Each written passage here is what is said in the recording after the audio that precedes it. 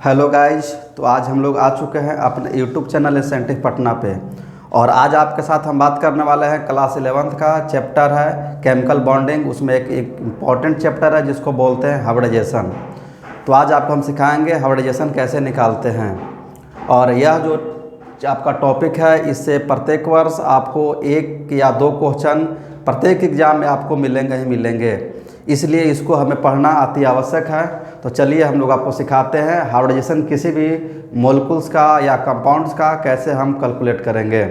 तो इसको कैलकुलेट करने के लिए हमें करना क्या होता है, एक फार्मूला याद करने हैं। उस फार्मूला से हम आसानी से किसी भी मॉलिक्यूल्स का हम लोग आसानी पूर्वक से हम उसको हाइब्रिडाइजेशन निकाल सकते हैं। तो देखते हैं मेरे पास फार्मूला है क्या। तो फार्मूला को लिखने के लिए हम लोग एक्स निकालेंगे। एक्स इक्वल टू होता है 1/2 into V E plus M A minus C plus A. आपका यही फार्मूला है जो आपको प्रत्येक कंपाउंड का हाइब्रिडाइजेशन निकाल देगा। तो देखिए एक बार फिर से फार्मूला को देखा जाए। X equal to 1/2 V A plus M A minus C plus A. और इस फार्मूला में बहुत सारे ऐसे चीज़ है जो आपको जानने हैं। जैसे कहने का मतलब आपका वी को बोलते हैं valence electron of central metal, central atom. कहने का मतलब कि हमको वैलेंस इलेक्ट्रॉन निकालना है सेंट्रल एटम का। तो हाइब्रिडेशन निकालने के लिए आपको ध्यान में इस बात का रखना होगा कि मेरे पास सेंट्रल एटम है कौन। दूसरा जो आपका है बाबू वह है एम ए को बोलते हैं नंबर्स ऑफ मोनोवैलेंट। मोनोवैलेंट कहने का मतलब होता है वैसे एटम जो सिंगल बॉन्ड से अटैच होता है उसे क्या बोलते हैं हम लोग, मोनोवैलेंट। तो वी मतलब वैलेंस इलेक्ट्रॉन हो गया सेंट्रल एटम का, और एम ए का मतलब हो गया नंबर्स ऑफ मोनोवैलेंट, और सी ए का मतलब हो गया नंबर्स ऑफ कैटायन, और ए का मतलब हो गया नंबर्स ऑफ एनायन। अगर इतनी चीज़ हमें पता रहे तो हम लोग आसानी से किसी भी मॉलिक्यूल्स का हम लोग हाइब्रिडेशन निकाल सकते हैं। तो चलिए एक कंपाउंड्स का हम लोग एक मॉलिक्यूल्स का आपको निकालते हैं हाइब्रिडाइजेशन। जैसे देखें हम लोग CH4 का, CH4 को हम लोग क्या बोलते हैं, मीथेन। मीथेन का जब स्ट्रक्चर बनाएंगे तो होता क्या है, एक कार्बन है, ये जो हाइड्रोजन है ये भी हाइड्रोजन है, ये भी हाइड्रोजन है। कहने का मतलब कि इस मीथेन में एक आपका जो कार्बन है वह 4 हाइड्रोजन बॉन्ड से अटैच है।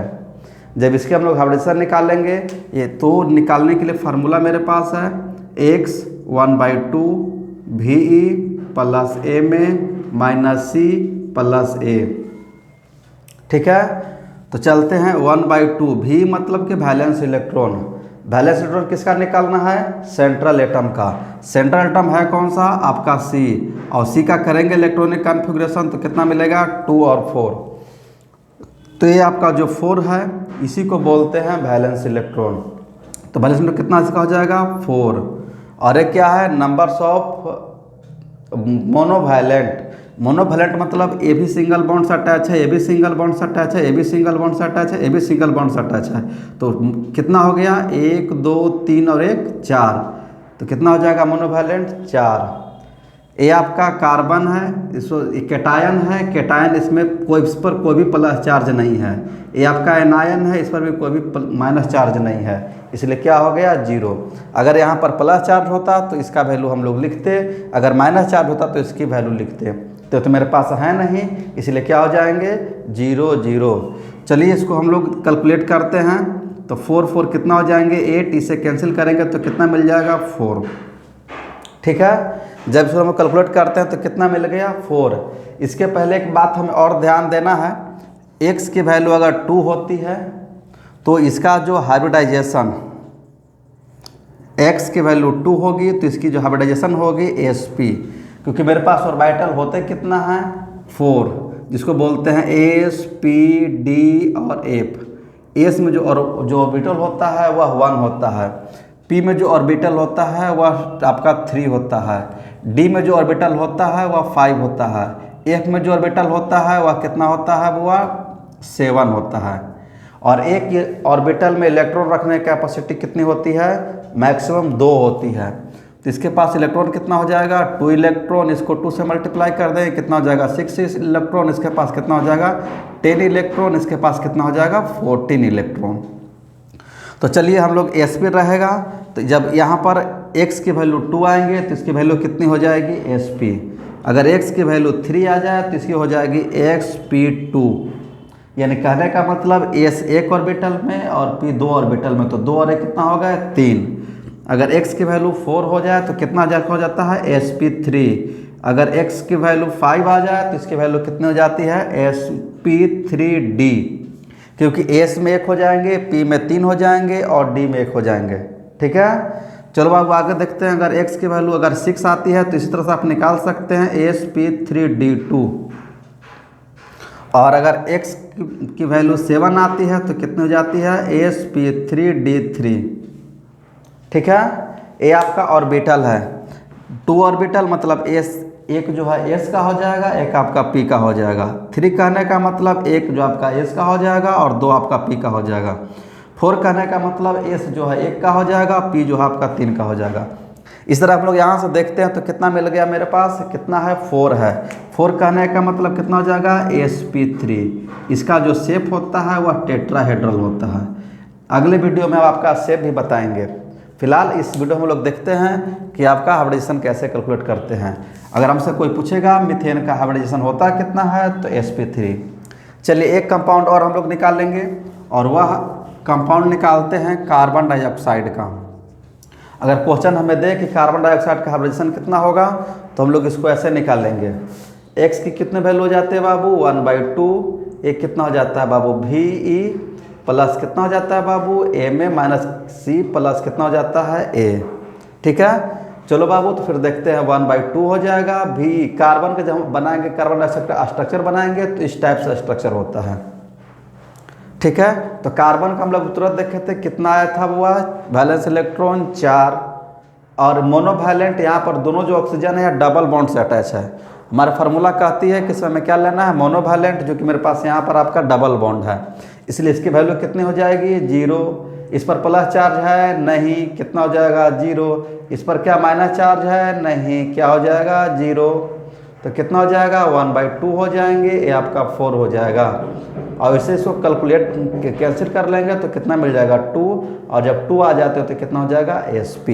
और sp का जो शेप होता है वह हो जाता है लीनियर। ठीक है, एक कंपाउंड और आपको बना के दिखाते हैं, और वह कंपाउंड आपका है CH3+।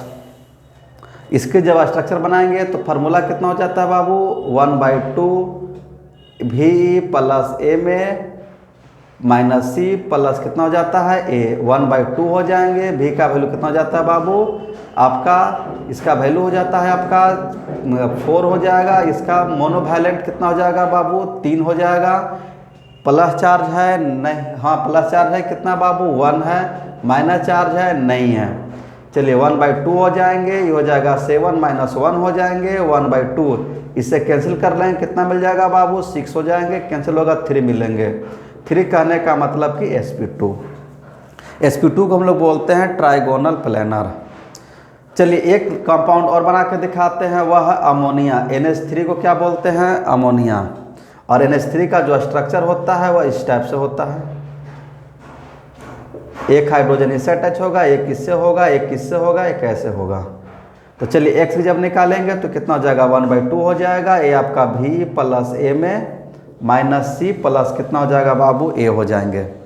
ठीक है, तो चलिए हम लोग देखते हैं कितना हो जाएगा x की वैल्यू, ये हो जाएगा 1/2। v वैलेंस इलेक्ट्रॉन कितना हो जाता है इसका 5 हो जाता है। कितना से अटैच है 3 से अटैच है, कोई माइनस प्लस चार्ज है तो नहीं है। ए भी 0 हो जाएंगे। x की वैल्यू 1/2 हो जाएंगे। 5 कितना हो 5 और 3 कितना हो जाएंगे 8 हो जाएंगे।